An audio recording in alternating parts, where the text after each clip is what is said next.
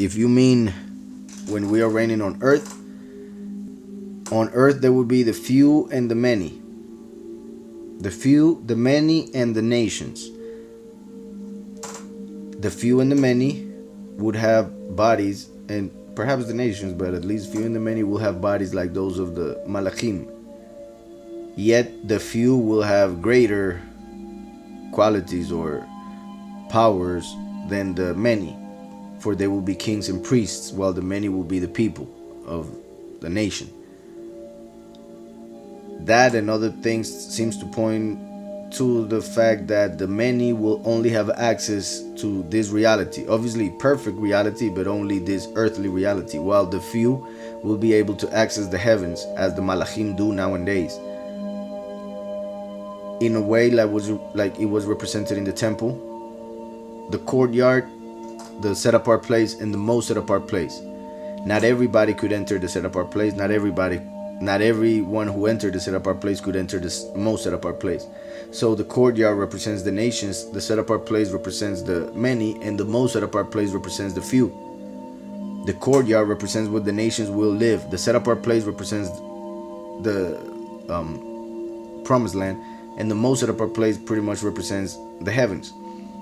So that's pretty much how the access will be, depending on where the person will end up after judgment. It is written that angels were not subjected to the time to come, to the next reality. So that is a part that is kind of hard to explain, because I think there's a lot that should be said. But in short, pretty much for angels to be able to enter the next reality would have to enter this reality and accept Messiah in order to be part of what's coming, eternity.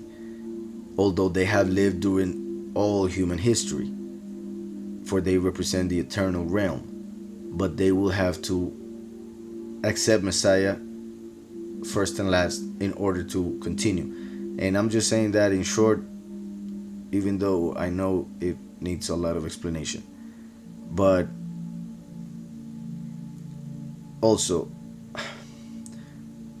right now the third heaven is pretty much what is called the Yahweh's heaven, which is invisible, and only power is what resides there, and different types of power, but power itself. The second heaven is that of the Malachim, the angels, and the first heaven is that of humans, what we see, the firmament, the stars. So we could say that the second heaven will cease to exist because there won't be a need for it. Right now, it was being used to connect with the first heaven, with the earth. Angels were used as intercessors between Yahweh and men, until he himself became the intercessor through Yahushua HaMashiach when he died and resurrected. So the second heaven became pretty much,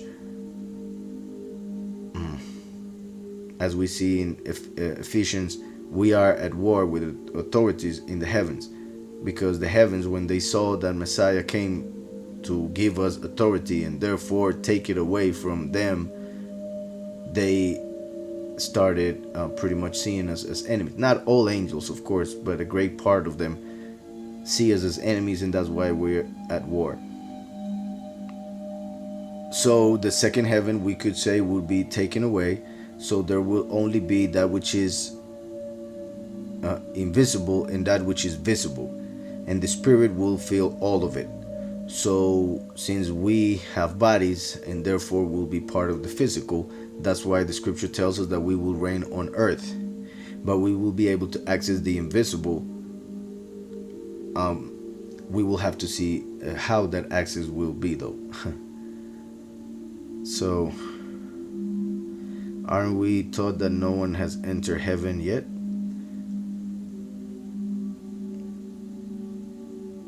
Paradise is in Sheol, so not as we were reading that only 24 elders were there. When we read Daniel, he only saw the thrones being set up. So there were no elders there. There were no prophets there. Daniel was in the time before Messiah came. So he was in the time of the prophets. Now when Yahuhanan saw, he saw the prophets sitting. He didn't see any other humans, just the 24 elders and a bunch of angels, thousands of angels. Those are servants, those are creations, specific creations of the heavens. But the 24 elders do seem to be humans who were here before Messiah and who were given permission or the blessing to enter heaven around Messiah for the end to begin. As in, since they came to earth before Messiah, they were able to enter heaven before the rest, in the sense of accessing that reality. Also, remember, as I was saying, that the prophet is given a revelation by using the imagination of the prophet, so that the Almighty uses the body, the mind of the prophet to project a vision, an image. The prophet sees that image, and through the image understands what the Almighty is telling him. So the image doesn't necessarily exist as a material reality. That's why he sees a lamb with 7 horns and 7 eyes. He sees a lamb. He doesn't see Yahushua, but we understand that it's Yahushua because Yahushua is the lamb who was slain. But he saw a lamb. So we need to understand that also. He was receiving a spiritual vision, which is kind of a paradox because the spiritual is invisible. So how can he have a vision of the invisible? It is through the imagination. For when you imagine, you are seeing something without seeing it. So that's why Yahweh uses imagination to give us understanding of that which cannot be seen. I hope that's clear or helps a little.